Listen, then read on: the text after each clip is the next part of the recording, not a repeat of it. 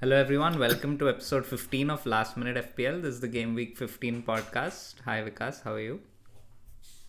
Good. Quick turnaround this time and looking forward to a rapid new game week again.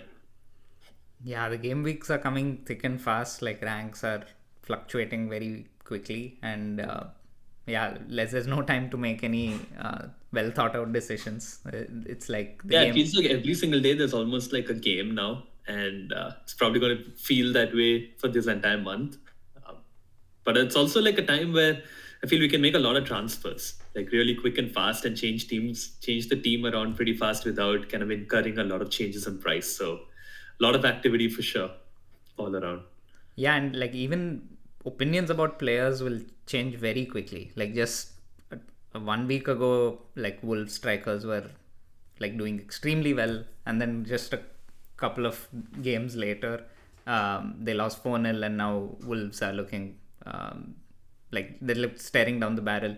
And like similarly, like Newcastle suddenly Isak and Gordon scoring against Liverpool, and City They're look looking like tempting again. Yeah, very spicy. yeah. Isaac. Yeah, and City look like they've come back to form too. So a lot of interesting developments, and we'll dive right in. We'll look at the matches that happened this game week, because the game week just literally finished today.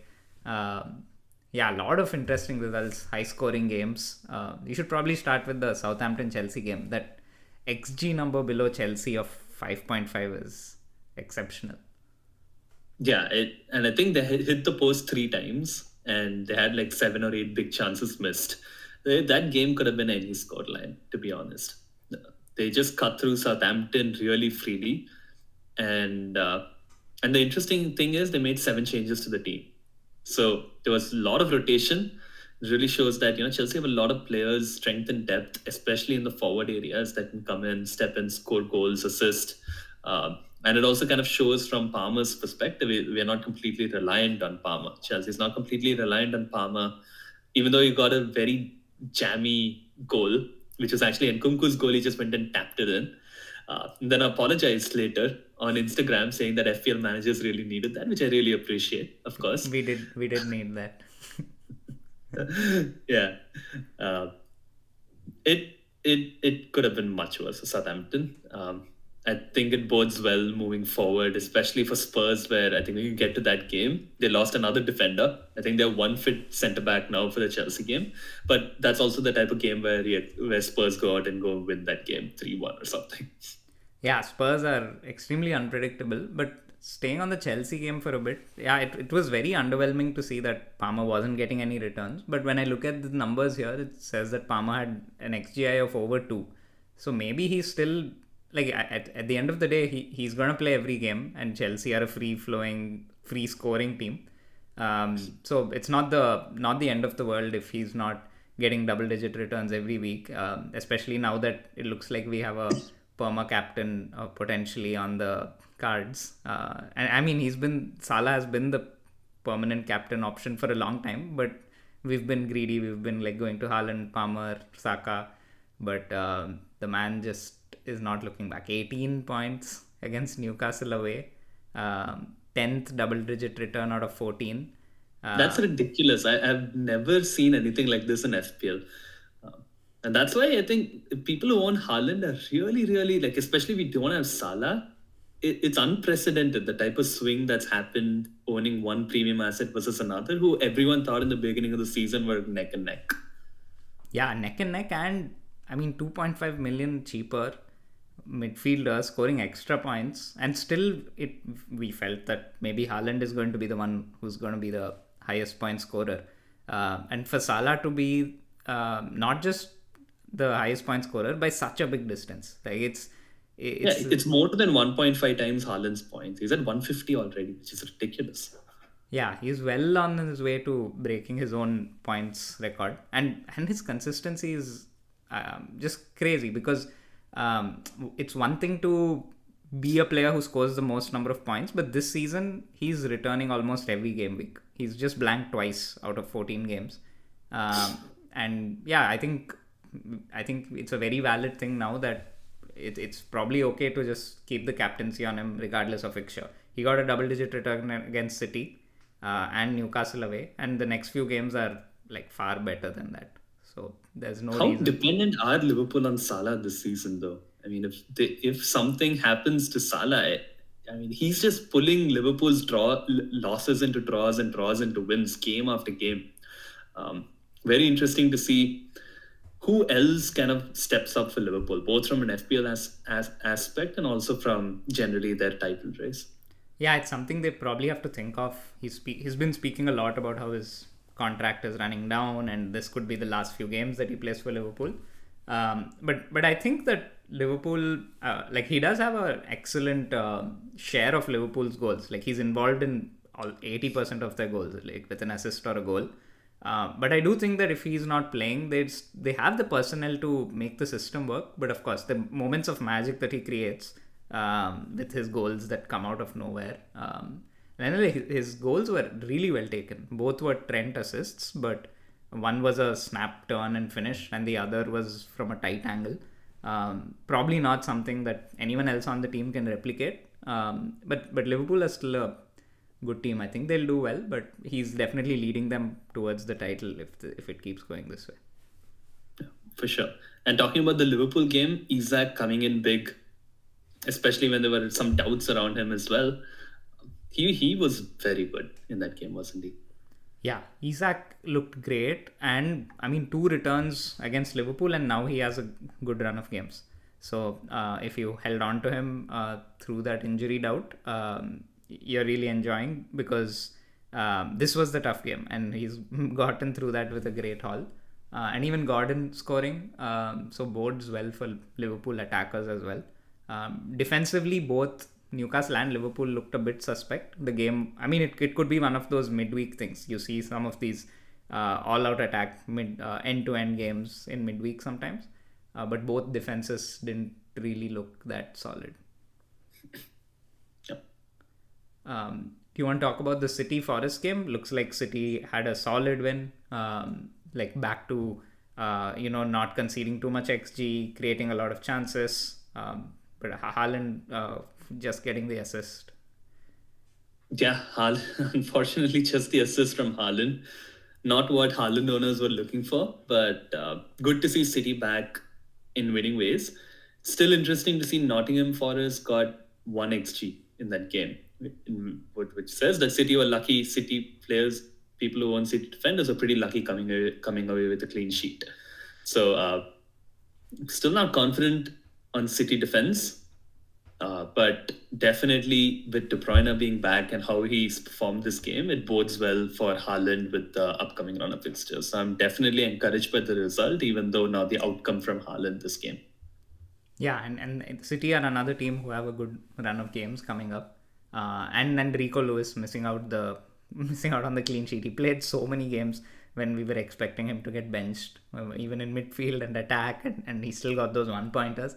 And now finally they keep a clean sheet and he's... Do you think he starts Palace? I have him in my team. I hope it's just a rest for midweek. If not, then it might be time to go. I think so. I think he should start. But yeah, if he gets another benching in the next couple, it's probably... I mean, he can be a 4th defender or a 5th defender if you have the luxury of playing other players. But I don't think if he's going to be a rotation risk, he shouldn't be in your first 3 defenders. But I do think he'll play. I think it was a midweek thing. The other game I want to talk about is the Arsenal United game. Yeah, I think the first half was very cagey. Arsenal didn't really go for it. It was kind of neck and neck. And Arsenal on set pieces are absolute monsters. Like the goal which Timber scored, the corner was basically placed right in front of goal, and anything could happen from there. And the same thing with Saliba's goal. Like he didn't even know what he was doing, but the ball was exceptionally placed and he just bummed it in the end. So yeah, I think they're slowly turning into a Mourinho type team. And I mean, second half they were definitely the better team. Not just the set pieces, they controlled the game. As you can see, United didn't really create anything. 0.2 XG. So I think Arsenal defenders are back on the menu, and double defense is definitely not a overreaction. how is Amarim set up with United now? Like a few games in, any players of interest from Man United? Because fixtures are still difficult, but maybe one or two fixtures down the line, they become interesting. Yeah, I think it's slowly taking shape, but players are definitely still settling in. I think that one thing that is clear is that he needs to figure out who plays the wing back roles. Ahmad has done really well there. Even though you typically think that he should play in the front three, he runs a lot, he tracks back, defends well. Whereas Garnacho doesn't have that tactical discipline to know where to be at all times, and that definitely showed in the Arsenal game. Garnacho was playing wing back, whereas in the previous game Ahmad played on the right wing back, and he did really well. So he's still figuring out who is to play where, and I think the midweek games also don't help in telling us who he thinks are the first choice. Maybe he's rotating them because it's a midweek game. And there's also the question of Bruno. Sometimes he plays in the front three, sometimes he plays in the midfield. Could be an opponent thing, but currently he's definitely a no-go if he's playing in that midfield in a deep lying role. But I think against the weaker opposition, I would expect him to be in the front three and still be a good option. So I think from a FPL asset point of view, Mazraoui definitely, like if he's gonna play every game, then he's an option because he's cheap and he is probably the best United player right now. And other than that, Bruno if he's playing in the front three. And Rashford did get a couple of goals, but yeah, it remains to be seen what the formation is going to be and who's going to be the first choice. I'm surprised they didn't start the Arsenal game after 3 goals in the last 2 games before that. Yeah, that's why that was an interesting. That's exactly why I feel like it's tough to go with anyone other than Bruno or a defender, because like he's probably still experimenting and figuring out who has the who is best fit. Because even in the striker position, Højlund has played, Xerxes has played. Like it's unclear who's gonna have it for the long run, and probably the entire December is a good chance for him to keep rotating because there'll be midweek games, so you probably won't see someone nail down a spot. Is there any other game you want to talk about, or we can move on? No, I think let's move on. Just maybe very quickly, pretty crazy to see Everton winning 4-0 after their struggles in front of goal, and Mikolenko being a hero coming away with 11 points, which was much needed, to be honest. And Wolves pretty disastrous. Like they've been in a good run of form, but losing 4-0 to Everton was definitely a surprising result for this week. Yeah, I think both Wolves and even West Ham, like against Leicester, West Ham did create a lot, but they were so wasteful. I think Bowen owners should consider themselves unlucky, but now they play each other, West Ham Wolves, so something has got to give there. It'll be interesting to see what happens. Okay, let's look at the mini league standings now. So like a lot of movement because it was a pretty high scoring week, and no one had a better week than the AI team with 88 points. Exceptional week. It had Timber getting 15 points, Guardiola with his clean sheet. It had Isak and Gordon, Salah, Palmer captain. Exceptional week for sure. And closed the gap down to Tarun, like gaining 24 points in 1 week. Yeah, and very exciting race at the top. I think also Conte coming in close now, more than 900 points, 77 points, really strong week. So there's some competition heating up there at the top of the table. Yeah, and I think Sampath's bad luck because of the podcast came a game week later than expected. But I think this is like once in a while you do have such game weeks. But if you look at the overall ranks, like Tarun and the AI team are in the top 50k, which is already an excellent rank with such a long season to go. And if they just consolidate and keep it up, they can have a really good finish. Yeah, and you're into the top 1 million. How does that feel? Feels great to see 6 digits on the rank. I know it's been a long time coming. It's game week 15. But yeah, happy to make the slow and steady progress. This week was definitely a very happy week. Mikolenko coming on off the bench because Gabriel didn't play, and Saliba scoring was very unexpected. It wasn't even on my radar. I was in fact looking at moves to transfer Saliba out at the moment that he scored. So it was just like a unexpected gift, kind of like the Konza goal earlier in the season, like where you don't even think these things are possible. But although it like did come at the expense of United, so there's something's got to give somewhere. And you also had a really good week. You had a 500,000 rank improvement, and like one thing I noticed when I was looking at how your rank was moving was that until Salah scored those goals, players around your rank were actually doing a lot better than players at the higher ranks. So like the points needed for a green arrow was actually higher at your rank till Salah went and got those 18 points, and then it basically flipped. But yeah, it looks like the team structures are kind of skewed towards that. Probably a lot of players around you don't own Salah, and it must be like all the Haaland owners struggling there at the bottom. yeah. So I think you do have the opportunity to like gain a bunch of ranks very quickly. Even Just if by you owning Salah. even if you match the teams at the top, like you will gain a lot around the people in your rank. I think my biggest dangers right now are Saka and Gabriel. And Arsenal having the easiest fixtures, I don't see a path forward unless Haaland goes crazy. And I still hope he does. Yeah, Saka versus Haaland is not a bad face-off to get into. I don't think you should be too worried there. And anyway, this week both Gabriel and Saka, like one blanked, one didn't play. But yeah, I think you still like you got the Joao Pedro assist as well today. So I mean, some transfers are definitely working out. Very unfortunate with Sanchez though. Oh my God. He played every single minute. Got him in. I've been touting him for like 4 weeks. Finally get him in and I see him on the bench. That is very unexpected. Yeah. I thought Jorgensen will just be the cup keeper given the way the season has gone. Yeah. I did not expect a start there. Yeah.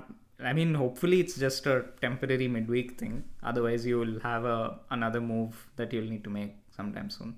Yeah, I mean, the good thing is the midweek fixtures with Conference League starting again. So hopefully Jorgensen just plays those and Sanchez continues starting on the weekend.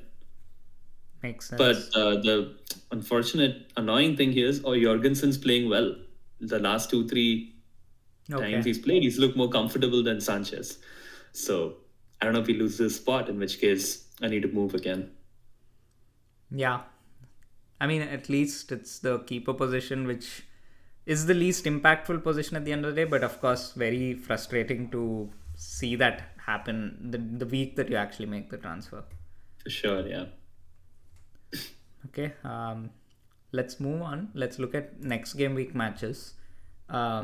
And again, short turnaround. So maybe all the people who got rotated this week, a lot of players got rotated this week. If you think about it, like Jimenez got rotated, Trent was on the bench, Welbeck didn't play, Gabriel didn't play. A lot of highly owned Lewis, many highly owned players didn't play. So I expect most of them to come back. And maybe some of the other players who played in midweek to drop down to the bench. After this game week, though, there is a 1 week gap. So maybe we'll see some return to normalcy, especially for the mid-table teams because they don't have any midweek games. But what games stand out to you here? So I'm looking at, of course, my eye is always there peeled towards the Man City game because that's where I can gain a lot. I'm considering Haaland captain this week. So this is the first week where I'm back on the Haaland captaincy train.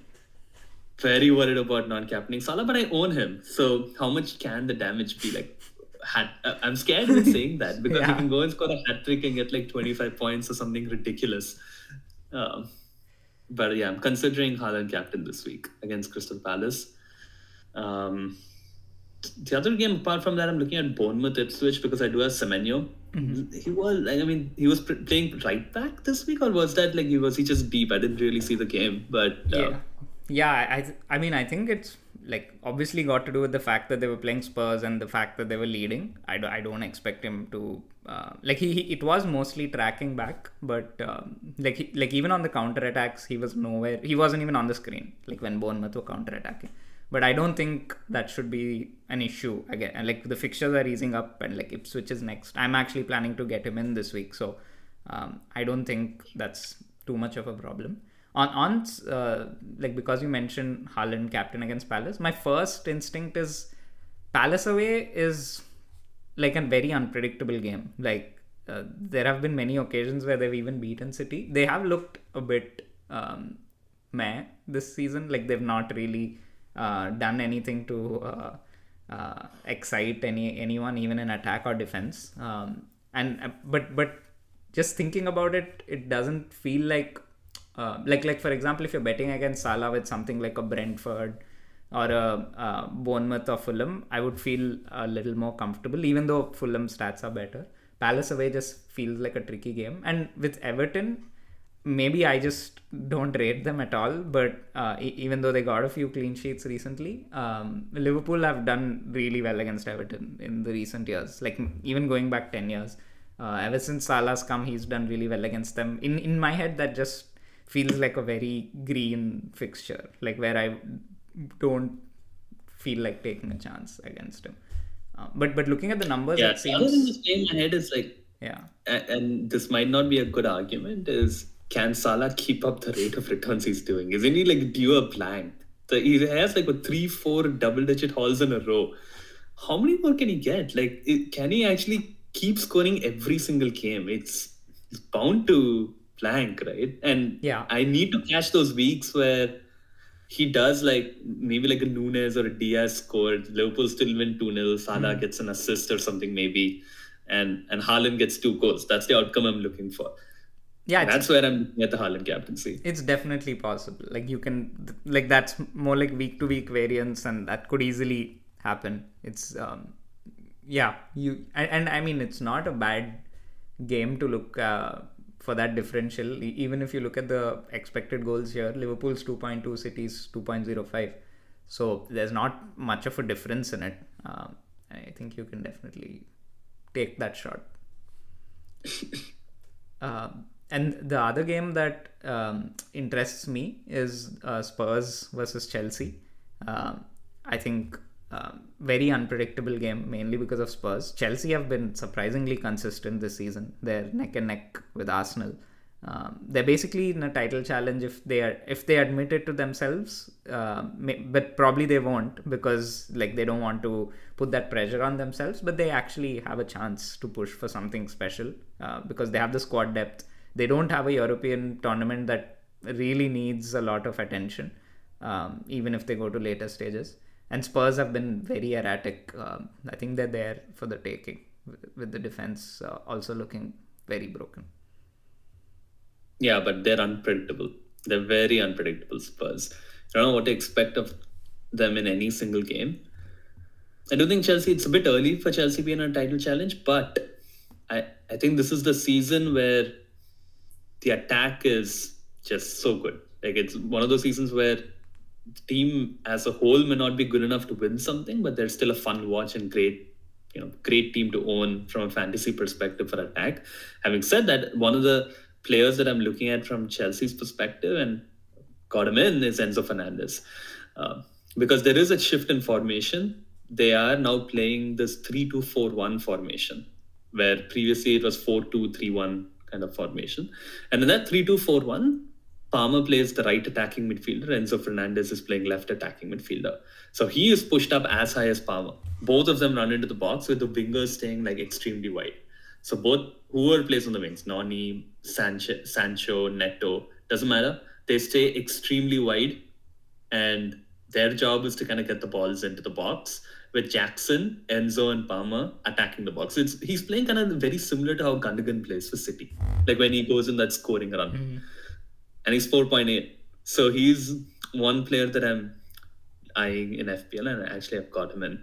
when you get to the team. That's a good buy because even in the AI projections, he's always been in and around the top 10. Like like his stats are actually really good. He's not like a Kante type player or like your typical central midfield players who are 4.55 million. And yeah, I think like if you're rotating him anyway because like there's that Rogers spot and you may not want to play him every week, he's a great option. One thing to note for both Spurs and Chelsea, Son and Jackson were rested midweek, so they'll both be back in the scheme of things. And yeah, I think I think Jackson could be a good option this week. Like he's the one I'm scared of not having because typically, like if he had played the Southampton game, I wouldn't be surprised if he got a hat trick. Like it's not surprising that Palmer is like slowly getting lesser and lesser involvement, but Jackson week on week has been the guy to get those goals for Chelsea. Yeah, agree. Cool. And lastly, just to touch upon the United Forest game, interesting to see that United are still rated almost to get 2 goals, like on par with like Arsenal is 2, United's 1.9, and that's pretty interesting that like even though they're playing Forest, like they're kind of on par with Chelsea and City and Liverpool at that 2 goal mark. Yeah, I'm also starting to look at United players, but still a week early because I think they have City next. Yeah. I'm again gonna look into the United game more carefully because I think it's about a week or 2 since I start targeting a few players from United. Makes sense. And from the lesser teams, it looks like Villa and West Ham are the 2 teams that are expected to score a lot of goals. Villa 2 point, like I think Southampton are just terrible, like 2.35. Yeah.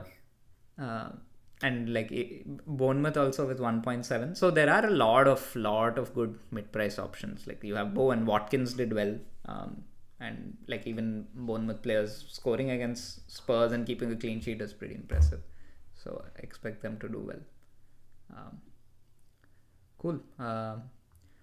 We'll move on to the fixture ticker. I think this is very important at this stage of the season because the games are coming thick and fast, and it's changing pretty quickly which are the teams who have good fixtures, which are the teams who have bad fixtures. So do you want to walk us through this?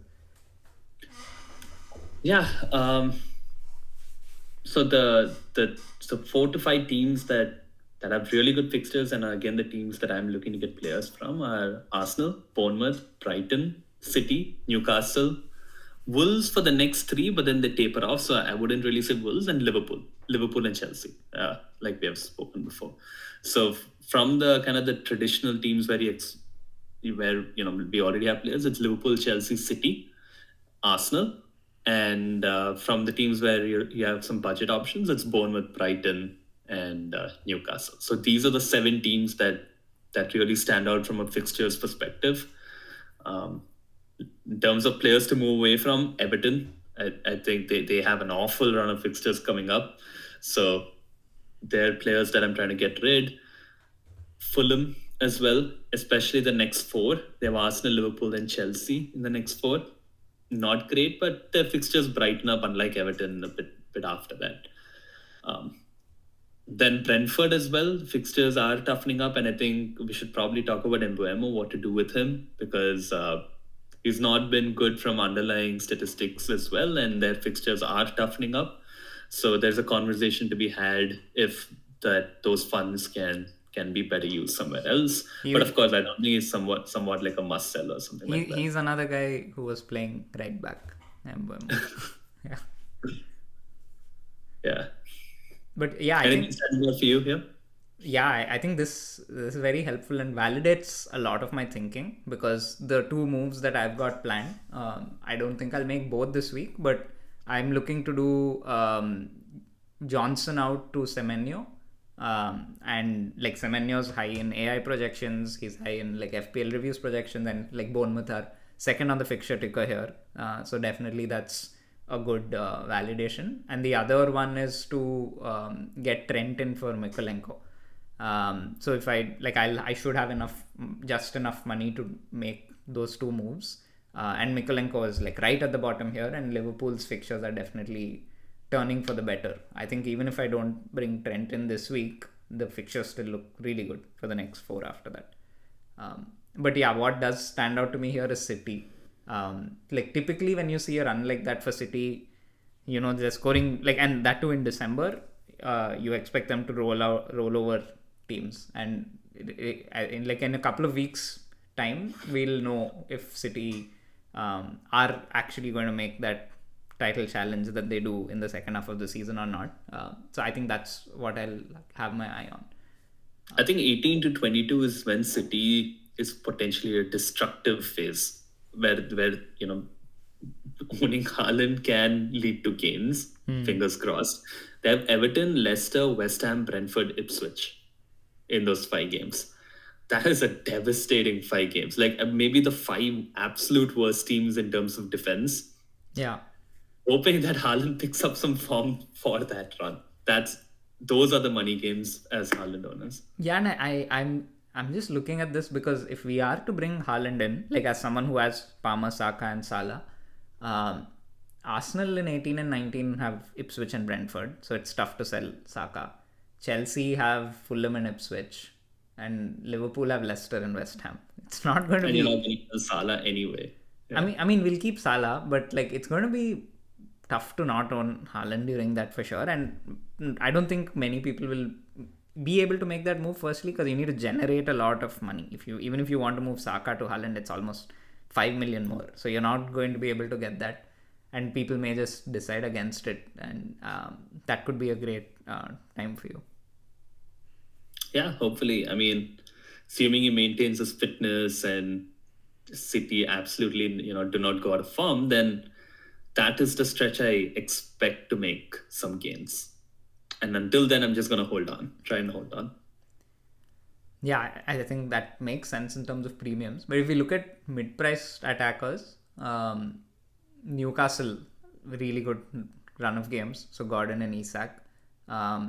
Interesting, West Ham have a good, like except for the Liverpool game, which comes in 19, the next 4 are really good for West Ham. So I think Bowen, he was unlucky this week, but he's probably a good differential to move someone like Mbeumo onto.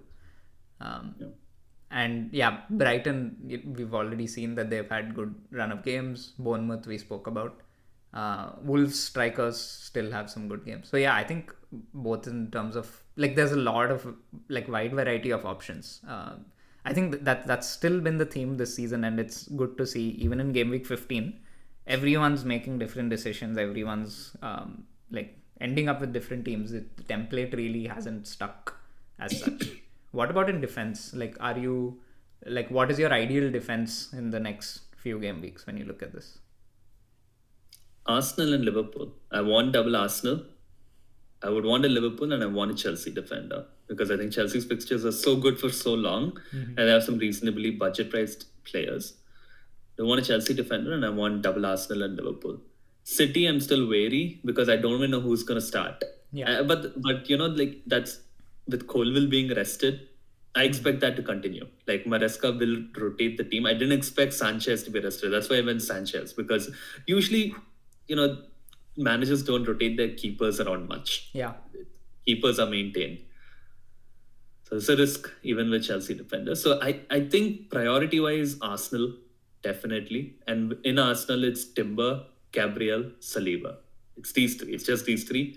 Raya maybe, but Raya's not as exciting because the ceiling is low. Yeah, especially with these set pieces, I think it's worth having 2 Arsenal defenders. Yeah, and for Liverpool, it's just Trent. I'm not even. I heard Gomez didn't play as well, like in the game. So I'm not sure about anyone else except for Trent in the Liverpool defense. Yeah, I think that's the defense that I'm looking at ending up with. Like I currently have Gabriel and Saliba, and if I do Mikolenko to Trent, I should have that ideal 3. Even I'm thinking. And maybe at some point, if there's a luxury transfer, I can do Saliba to Timber. But luckily, so far, Saliba's goal ensured that I wasn't losing out on too much by getting him. Yeah, and I don't think, budget defenders, like probably there should be room for just one. But with your Haaland team, you'll probably need to keep at least a couple of them in starting lineup, or do you think just one will be enough? I think once I get my moves through, I'll just need one budget defender. So there, I think the one I'm looking at is Kirkes for Bournemouth right now. If I had to get a budget defender, because Bournemouth are generally a good team, and he's a good defender, a good defender with attacking potential. Maybe Van Hecke as well on Brighton. Yeah, makes sense. Brighton conceding 3-8 to Fulham today, though. They're also a very unpredictable defense for sure. Yeah. I mean, I don't have any confidence. If I get Van Hecke, I'm not confident of getting clean sheets. So these are just like kind of fillers for that last spot, hoping for clean sheets and rotating them around. Makes sense. Yeah, I think this view is very helpful to make long-term decisions, and like we should thank Fantasy Football Scout for this fixture ticker that we're using. Cool. Let's go into our teams. We'll start with the AI team. 38.9k in the world, back amongst the big boys. It went down to about 160k in the middle. And the move that it's going to make is Guardiola to either Gabriel or Saliba. There is less than 0.01 expected value between them, and that's mainly because Gabriel's expected minutes have gone down. So I'll basically wait to see if there is any team news, and if it looks like Gabriel's going to play, then Guardiola to Gabriel will be the move. And look at that, it has that Gabriel Timber trend defense that you were speaking about. Isak and Gordon, very nice for the next few weeks. I think Johnson is the one. I mean, he scored last week, 10-pointer, so maybe not too disappointing, but very unpredictable. And Pedro and Cunha still have a good run of games. So I think like it's back to having a very solid team, even from a human lens, with Rodgers against Southampton on the bench as well. Yeah, I think the only weakness maybe for the next few weeks, maybe Johnson, but he's still playing well. So looks very strong. I think maybe Sells is a bit of a weakling from a goalkeeper perspective, but again, low ceiling moves. So yeah, nothing much that I can really criticize or get into here. I think it's looks good for the AI team. Yep. And it does project Sells to get more points against United than Fabianski against Wolves. So that's why he's playing. Interesting. Okay, moving on to my team. For this week, I will be getting rid of Johnson. He played a couple of games, 90 minutes in a row. I think he's due a benching anyway. And also he's playing Chelsea. I think it's a good time to move out of him. And maybe even Solanke in a few weeks. But for now, I'm okay keeping him. Johnson will go out. Semenyo will come in with Ipswich being the first game. So I'm happy that my three cheap attackers like Rodgers, Joao Pedro and Semenyo will be playing three of the worst defenses like Southampton and Ipswich and Leicester. Salah, Palmer, Saka. And in defense, Lewis is the one who's a little who I'm a little unsure of. But I think that position is going to become trend next week. So pretty happy with the team. I'll be starting Fabianski over Flecken. Yeah, again, I think your weakness this game week is Johnson and Solanke against Chelsea. But Spurs are always good for goals, so who knows? Johnson's going. So he's going to Semenyo. So then you're cut one. Semenyo being right back, maybe like another thing to slightly worry about. But like you said, I doubt that's going to continue. So I think you should be good. I think very strong team for this week. Not much to criticize here, except for Solanke, who's been really awful. And I do own Solanke and maybe Lewis, but I do think Lewis will start. So overall, looks good, I think, this week. Salah captain for sure. Yeah, 100%. Like I think maybe I don't rate Everton a lot, and Salah's been in great form. So the two real options are full Saka with Fulham away and Salah Everton away. So I don't have that Haaland option, and out of these two, I think Everton are the worst defense and Salah is the better option.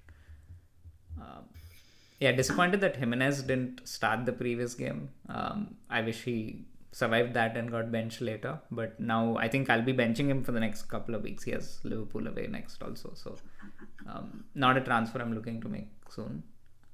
Okay, let's go to your team. Yeah, I think your team looks really good.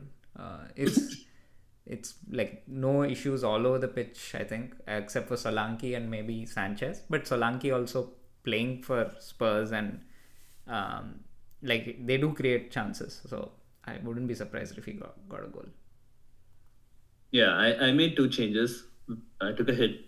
And the reason why I took a hit was because my defense was in absolute awful shape. I had Mikolenko, Greaves, Aitnuri, Lewis, and Hall. And, the ceiling of that defense is maybe 3 to 4 points across those 4 players. And that's what's been happening over the last few weeks. So if I do it, even if Timber gets 2 points, I do think like the hit is just going to be like -1 or -2. And if Timber gets a clean sheet, I think it's going to be a positive. It's going to be a positive variation. So that's the reason for taking a hit, and also just get ahead on the transfers. I still have 1.3 in the bank. I got Enzo Fernandez because one is much cheaper than Mbuemo, gives me a lot of money to upgrade the defense. Like I said, I want double Arsenal defense. So in the future, I'm looking to move out either Lewis or Aitnuri to Gabriel. One of them will go to Gabriel and the other will go maybe to a Kirkes or a Colville. I don't know. If I have to move Sanchez out, then maybe a Swapperoo there. But maybe a Kirkes, really.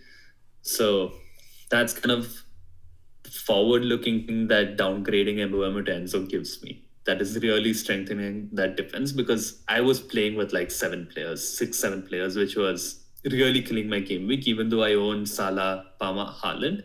And I do, even if I can't own, say, a Trent, I do want to own someone decent, like maybe like a Gomez. Like that's the compromise I have to make with Haaland. And I'm okay to do that, but I cannot have players who are getting me 0s and 1s.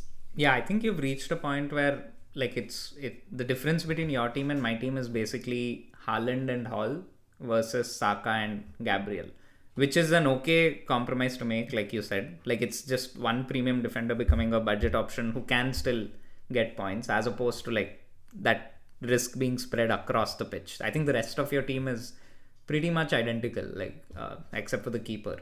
So that I think that's an okay bet to make. And what about the captaincy? I see in the screenshot you have Salah, but you seem to be a little unsure about. I'm wavering. I mean, Everton are bad. I agree with you. They're bad, but it's a Merseyside derby. I know historically Liverpool always do well in these games.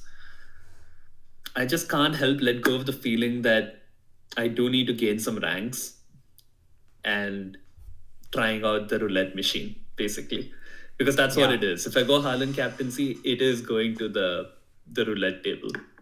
No, and you should do whatever like you will feel less bad about if it doesn't work. So if you if you end up captaining Salah and Haaland goes off, you may feel worse than if you I don't know. Actually, I don't know which one is worse. If you captain Haaland and Salah goes off, but I mean that's usually a good way of knowing what it is that you actually want to do. Yeah, I mean, I may just go with the Salah captaincy just because he's in this type of crazy form that I've never seen before. Yeah. And then, like in that 18 to 22 stretch, go with Haaland captaincy, because it still gives me enough weeks to captain Haaland to get those rank gains. I think that's reasonable. Like if you pick and choose the absolute best games that Haaland has, because anyway, like most people aren't going to be owning him. Like, so you pick out the Leicester, Ipswich, Southampton, Brentford, West Ham. Like you have like at least 5 or 6 really amazing games, and they will come around at some point or the other. Yeah, I agree. Cool. That brings us to the end of this week's episode. Do like, share, and subscribe, and join our mini league code. It's at the bottom. Any last words, Vikas? Best of luck to everyone. Really excited to see how the December fixtures play out. It's always a really interesting time because there are so many games to watch, so many games to follow, and so many things happening. Very it's very hard to predict as well with all these benching. So I'm really excited about about the next few weeks to see how it goes. And best of luck to everyone as well, and enjoy your holidays if anyone is taking a break around this time. Yeah, and travel plans ahead for both of us. Like we'll probably be doing the next episode in a different time zone, but we'll try to keep the episodes coming on time. Okay, bye. See you next week.